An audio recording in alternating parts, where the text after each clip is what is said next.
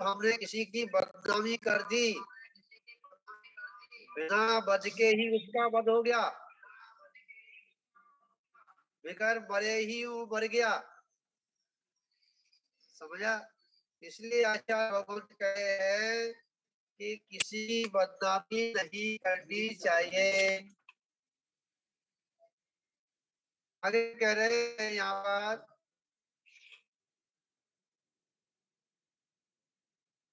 जो नए पंथों को जन्म देते हैं, मैंने कह रहा यहाँ लिखा हुआ है, वो बोल रहा हूँ, आप क्यों महाराज बोल रहे हैं। जो नए पंथों का जन्म देते हैं, समझा, तो प्राचीनता का लोभ करते हैं, अपनी बुद्धि अधिक चलाते हैं, समझा, वो भी हिंसा है। समझा? अपनी बुद्धि लगाना और अपनी बुद्धि से दूसरे को नीचे दिखाना, ये सब हिंसा है। तो आचार्य भगवंत यहाँ क्या कह रहे हैं,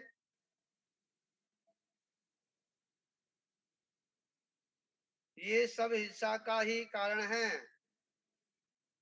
पथ पर चलना महावीर ने सिखाया, पंथ बनाना नहीं सिखाया। पथ पे तो चलो, जो भगवान महावीर का है उसी रास्ते को स्वीकार करो, ठीक है, परंतु अपने पंथों को जन्म मत दो। हम क्या कर रहे हैं, भगवान महावीर ने जो मार्ग बताया था उस पे चलने का प्रयत्न नहीं कर रहे, परंतु अपनी बुद्धियों से अपने अपने पंथों का जन्म दे रहे हैं। ये सब जो है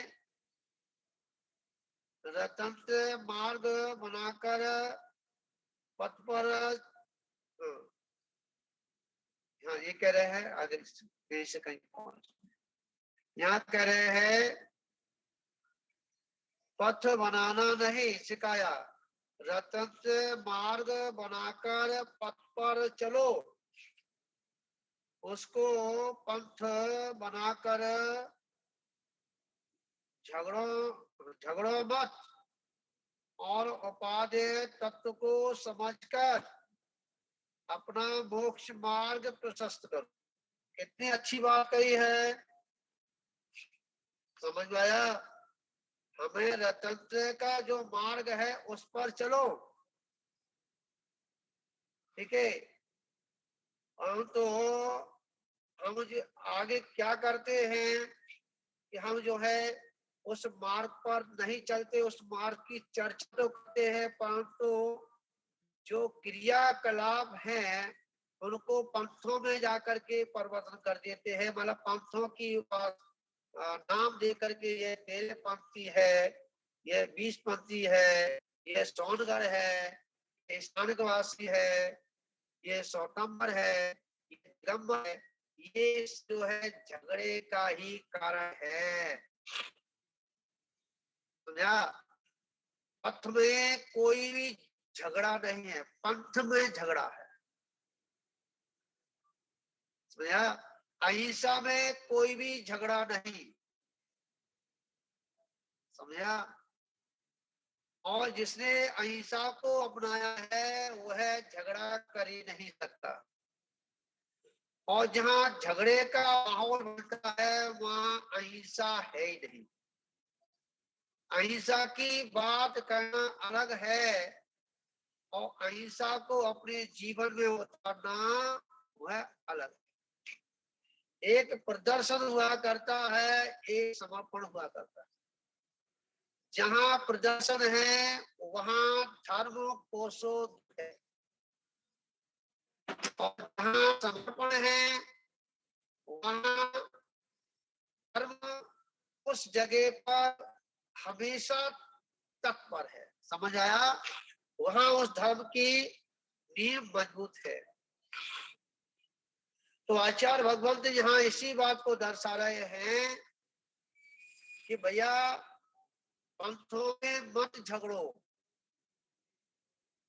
समझा।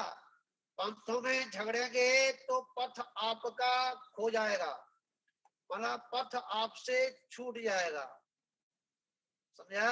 जो मार्ग है वह दूषित हो जाएगा। किसका मार्ग दूषित नहीं होगा? भगवान महावीर का जो मार्ग है, ठीक है, जो तीर्थंकरों ने मार्ग जो बतलाया है वो मार्ग हमेशा रहेगा, परंतु तुम्हारा मार्ग दूषित हो जाएगा। समझ में आ गया? चंद्रमा ऐसे नहीं, सिद्धशिला ऐसे नहीं, ऐसे बनाओ। झगड़ा चला था, एक बीच में घुस रहा था, क्यों भैया जी? हाँ, सिद्धशिला यूं नहीं होती, सिद्धशिला यूं होती है। हाँ? एक कह रहा है ऐसे नहीं, थाली के आकार की होती है, एक कह रहा है छत्र की आकार की होती है, और एक कह रहा है चंद्रमा जैसी हो रही है। अरे भाई नाम क्या थाली के आकार की है, औना सिद्धशिला कटोरे के आकार की है, औना सिद्धशिला जो है चंद्रकार आकार की है। या वो तो 45 योजन की गोलाई की है, परंतु जिधर से उधर देखते हैं वह जैसी दिखती है वैसा, समझा। ये अपना अपना बुद्धि का है। तो आचार्य भगवंत जहाँ ये बात देते हैं, इसमें झगड़ने की आवश्यकता नहीं, इसमें समझने की आवश्यकता है, ठीक है। इसमें समझौता करो। अगर किसी ने कहा चंद्रमा गोल है, वो सिद्धशिला गोल है, तो उसमें झगड़ा क्यों करते भैया? अगर किसी ने कहा वह जो है छत्र के आकार की है, तो झगड़ा क्यों करते भैया? समझ में आया?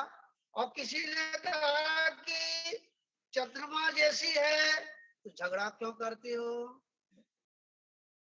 अगर किसी ने वो शिला को अगर किनारे से देखा तो कैसी दिखेगी? चंद्रमा जैसी दिखेगी। तो किनोर दिख रही है ना, तो क्या यूं दिखेगी? तो क्या झगड़ा हो गया? और किसी ने छत्रकार है, समझा, और किसी ने ऊपर से देखा तो क्या दिखेगा? उल्टा कटोरा रखा हुआ है। और नीचे से देखेगा तो क्या देखेगा? बीच में से देखेगा तो मध्य, हाँ, तो क्या देखेगा? मध्य जगह से देखेगा तो बीचों बीच से कि गोल है, थाली की आकार। तो झगड़ा क्यों? हाँ, अपनी अपनी बुद्धियों को मत चलाओ, समझा। ये बुद्धि प्रयोग में लगाओ। इसलिए हमें अपनी बुद्धि झगड़े में नहीं लगानी। झगड़े में बुद्धि लगा देते हैं तो हमारी बुद्धि दूषित हो जाती है, और हमारा बुद्ध ग्रह जो है नीच का हो जाता है। समझ में आ गया? और वह बैलेंस नहीं बना पाता। क्या नहीं बना पाता? बैलेंस नहीं बना पाता। अगर हमको बैलेंस बनाना है तो अपनी उस बुद्धि को सही रखें। बुद्धि में किसी प्रकार का दूषित ना लेके आए, बुद्धि के अंदर कोई भ्रमता मत लेके आए। अगर हम बुद्धि को घुमाएंगे तो ध्यान रखना, क्या जिनकी बुद्धि घूम जाती है ना, वह नाली में पड़े रहते हैं, और जो है ऊपर से और सुहान आता है और सूसू करता है और कहता है और थोड़ी।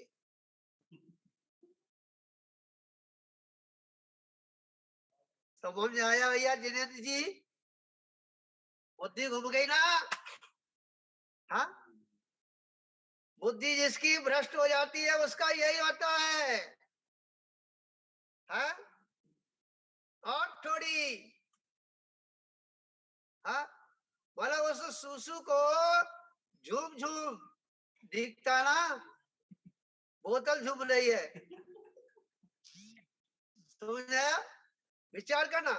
इसलिए अपनी बुद्धि को का सदुपयोग करना है, ना कि क्या करना, दुरुपयोग करना। तो आचार्य भगवान क्या कह रहे हैं? अब किसी ने, देखिए हम तो यहाँ करीब 50 साल से झगड़ा देखते चले आ रहे हैं। कभी किसी की बुद्धि को लेके झगड़ा होता है गौरव भैया? हाँ, नहीं होता क्या? एक बीच में एक ज्ञानी आ गया, वो ज्ञान की बात करता था। हाँ, उसने कहा कि ये सब मिथ्यात है, ये सब मिथ्यात है, ये सब है, सब है। हाँ, पूजा करना है, अब से करना ये है में ही सारा जो है झगड़ा बन गया। और वह झगड़ा आज तक नहीं सिमटा, वह झगड़ा कोर्ट में भी चला गया। समझा? और कितना दुर्भाग्य की बात है कि हम अपने जैन भाई होकर के लड़ करके हम अपने बाप की बात नहीं मान रहे।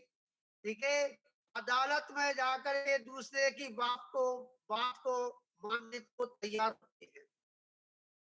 समझा? उसे हमारे धर्म के बारे में कोई जानकारी भी नहीं, और हम उस केस को ले जाकर के कहाँ रख देते हैं, बुद्धि को लेके कहाँ जाके पहुंच जाते हैं, को पहुंच जाते हैं। भैया, हाँ? और वहां परास्त होने पर भी फिर भी इतने ढीठ हो जाते हैं कि सभी पंचों की बात तो मान्य है, परंतु पनारा मेरा यहीं पर ही गिरेगा, मतलब पानी यहीं मरेगा। समझा? ऐसी बुद्धि रखने वाले, ये धर्म की प्रभावना नहीं, इससे धर्म की कुप्रभावना ही एक कारण बनता है। समझा? बहुत से झगड़े हुए, पंचम काल में साधु नहीं होते। दीपक नहीं जलाना चाहिए, तो ये विषय आ गया, इसलिए पंथों की बात है, इसलिए मैं जब बोला मेरे को जरूरत नहीं। क्या? तो क्या कह रहे हैं कि यहाँ पर कि दीपक नहीं जलाना चाहिए। अनेक अनेक प्रकार की हम जो है विकल्पों को लेकर के बुद्धि को भ्रमित करते हुए और जो है झगड़े और कोर्ट में ले जा करके और जज करके भगवान को भी लेके रख दिया, गुरुओं को भी ले जाके रख दिया, वो क्या हमारा जजमेंट देंगे? हाँ? उनको पता ही नहीं है जैन धर्म के बारे में। हाँ? हम जैनियों की अगर सभा में बैठे, विद्वानों की सभा में बैठे, विद्वानों की अगर अदालत लगाए, ठीक है, और उसमें निर्णय करें, तब भी हमारा काम चल सकता है। कम से दूसरी जगह जाकर के क्या दूसरे के बाप को अपना बाप तो नहीं बनाएंगे, कम से कम दूसरे बाप को जाके सलूट तो नहीं मारेंगे, कम से कम है? अपने ही बाप को सलूट मार लो तो क्या परेशानी आ रही है? उन विद्वानों को बैठा के, तीनों चारों विद्वानों को बैठा के निर्णय कर लो तो क्या दिक्कत आ रही है? अरे ये तो बात छोड़ो, ये तो भांग हमारे में पड़ गई है। हाँ? तुम्हारी समाज में पड़ी है तो पड़ी है, श्रावक समाज में। ये तो भांग हमारी जो है क्या तुम्हें साधु समाज में ही पड़ गई है। हाँ? ध्यान रखना, ये मांग जो है ऐसी है कि ये जो ऊंचे पे नहीं पहुंचाएगी, ये तो तुमको ऐसी जगह पहुंचा देगी कि अनंत संसार तुम्हें घूमना ही पड़ेगा। ध्यान रखना, अगर अनंत संसार से अगर बचना है तो इन विवादों से हट जाओ और अपने चैतन्य स्वभाव में आ जाओ। समझा? जो आत्मा का जो स्वभाव है उसमें आ जाओ। जब जब हम अपने स्वभाव से हटते हैं, जब जब हमारी ये स्थिति खराब होती है। सुधीर भैया, हाँ, अब करा क्या जाए? हमको भैया अपना नाम कमाना है तो कैसे कमाएं? जब तक हम अपना झंडा लेके नहीं जाएंगे, समझा, तो हमें कौन पहचानेगा? समझा? दो लोगों का झगड़ा हो तो ठीक है, और दो के झगड़े में तीसरा खड़ा हो जाता, तीसरा आनंद ले जाता है, दो मर जाते हैं। समझाया? वहां तो ऐसा कोई योगी पैदा नहीं होता है कि सभी के झंडों को नीचा कर दे और अपने झंडे को बुलंद कर दे। समझ आए भैया जी? आज उत्तर प्रदेश में क्या हो रहा है? आज उत्तर प्रदेश में क्या हो रहा है? हाँ, ध्यान रखना, जिस राज्य के सभी पुण्य का तीव्र पुण्य होता है जब धर्मात्मा राजा का जय होता है। यह उत्तर प्रदेश का बहुत पुण्य है, जो ऐसा धर्मात्मा योगी, और योगी के साथ भी कर्म योगी, वो कर्म को भी देखता है, योग को भी देखता है। उसने सारे झंडों को क्या कर दिया? नीचा कर, और अपना झंडा बुलंद कर दिया। ध्यान रखना। और जितने भी लोग हैं धुरंधर जो उसके विपक्ष में थे, आज उसको सलूट मार रहे हैं। कहीं कहीं ऐसा ना हो महाबली मेरे मकान पे ना लग जाए। समझा? महाबली, मुंडर, क्या कहते हैं उसे? हाँ, बुलडोजर। हाँ, महाबली, हाँ, कहीं जगह में ना लग जाए। हाँ, सब नेताओं को डर लगा है, सभी नेता जाके उसको क्या कर रहे हैं? सलाम कर रहे हैं। समझा? हाँ, हाँ, महाबली चल जाए तो क्या है कि जब तीव्र पुण्य करते तब वो धर्मात्मा राजा का राजगद्दी में बैठने का सौभाग्य प्राप्त होता है। और जहां जिस राज्य का है वहां पर अकाल पड़ता है। वहां कहते हैं कि सिर मुड़ाया ओढ़े पड़ गए। समझ आया नहीं आया? सिर मुड़ाया वैसे ही ओढ़े पड़ गए। तो क्या हुआ? जैसे ही हाँ हमारे प्रधानमंत्री जी गद्दी पे आकर के बैठे, वैसे ही कोरोना आ गया। क्या आया? परंतु उसका भी इतना तीव्र पुण्य कि वो कोरोना कुछ नहीं कर पाया, और उसने सभी पूरे भारत को संभाल के रखा। ऐसे योगी और मोदी ऐसी जोड़ी क्या कि पूरे भारत को जो है आज चरम सीमा पे जाके रख। विचार करना, ये कब हुआ? समझा? जब तक जिस पार्टी में सुलह नहीं, जिस घर में सुलह नहीं, वहां धर्म प्रकट नहीं हो सकता। क्या रखना? समझ में आया? और वही अपने घर को स्वर्ग बना सकता है, वही अपने देश को क्या सुखी में बना सकता है, जो जीव मात्र की क्या दया का भाव जिसके अंदर जागृत है, चाहे वो राजा हो और चाहे प्रजा हो। जरा आज ऐसा एक जोड़ा मिला है, हमने तो नहीं सुना।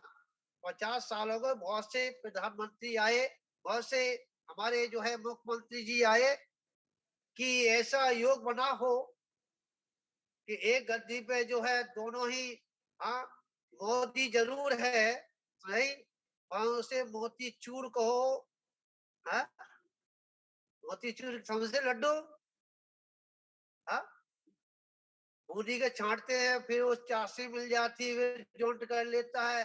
ऐसे ही उस मोदी ने पूरे विश्व को अपने मुट्ठी में लड्डू बना के रखा है जी।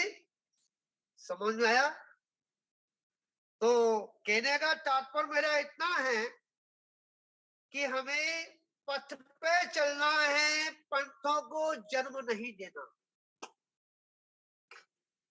और हम एक बार बता दूं, ये अहिंसा में धर्म, जैन धर्म, आज इसकी पुकार सब जगह हो रही है। समझा? किसी से मीडिया भी अब चिल्लाने लगी, कहने लगी अगर शांति चाहिए तो जैनी बन जाओ। समझा? क्या बन जाओ भैया? जैनी बन जाओ। अगर सूखा खत्म करना है, मतलब ये भुखमरी खत्म करना है, तो जैनी बन जाओ। क्यों बन जाओ भाई जैनी, बताओ भैया, बताओ जैनी क्यों बन जाओ? कि भुखमरी जो खत्म हो जाएगी, कि जैनी जो है मात्र जो सुबह खाएगा, शाम को खाएगा, बीच में कुछ खाता ही नहीं है, अष्टमी चतुर्दशी इतवार पर जाएगा उपास करेगा, उसके रोज की उपास है। हाँ समझा?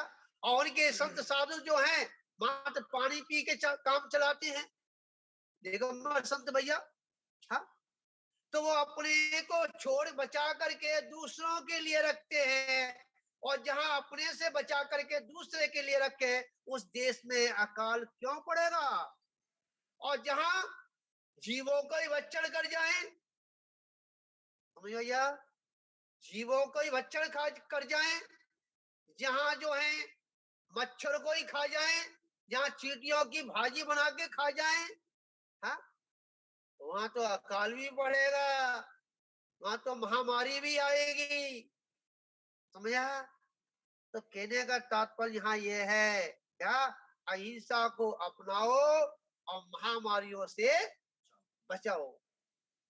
आप देख लेना, किसी जहाँ डॉक्टर जहाँ बैठते हैं, हॉस्पिटल में चले जाना और वहां पे पूछना भैया ये बताओ क्या परसेंट बताइए किस समाज का यहाँ पर है, कितने कौन समाज के ज्यादा बीमार पड़ते हैं?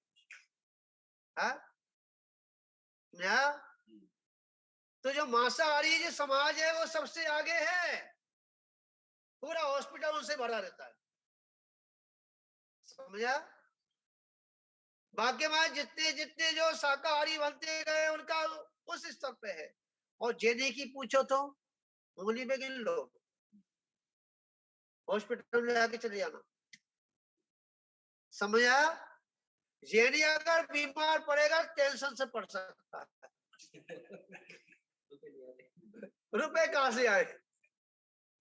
समझा? बड़ा व्यापार कैसे चले? हाँ जेनी कभी झगड़े से बीमार नहीं पड़ता। समझा? बाकी के लोग जो हैं अपने शक्ति, जो आत्मा की शक्ति है, वो झगड़े में लगाते हैं, और जैनी लोग जो है शक्ति लगाते हैं कि कहां से आई। समझ आया? हाँ तो विचार करना। तो इसलिए मैं आप लोगों से इतना ही कहना चाहता हूं, जितने भी लोग जूम पर जुड़े हुए हैं, करीब 45 लोग हैं, काफी लोग हाँ जॉब करके निकल के भी गए, तो मैं सभी लोगों से इतनी बात कहना चाहता हूं कि आप लोग जो हैं, परसों की मेरे पास एक चर्चा आई थी कि महाराज जी स्वा बोलना चाहिए नहीं बोलना चाहिए। हाँ, मैंने क्यों नहीं बोलना चाहिए, कि कहते स्वा नहीं बोलना चाहिए, मैं क्या बोलना चाहिए? हाँ, जो हमारी पुरानी संस्कृति है उसे बचा के रखो, यही तुम्हारा मुख्य कर्तव्य बनता है, यही धर्म है तुम्हारा। समझा? और कोई दूसरा धर्म तुम्हारे पास नहीं है। समझा? जो पूर्वाचार्य ने कहा है, जो मंत्र बने हैं, उसको उसी हिसाब से उनको जपो तो तुम्हारा कल्याण होगा। और तुम अपनी बुद्धि लगाई कि यहाँ से इधर, यहाँ से इधर, तो आंख फूट जाएगी। समझा? दांत बाहर निकलेंगे, कुरूपता आ जाएगी, सुंदरता नहीं आएगी। इसलिए सुंदरता आपको अपने शरीर की बनानी है, अपनी चमक लेके आनी है। तो निश्चित है कि हम जो पूर्वाचार्यों ने जो बतलाया है मार्ग, उसे स्वीकार करें। इसी मंगल भावना के साथ विराम लेते हैं। भगवान महावीर स्वामी की जय हो।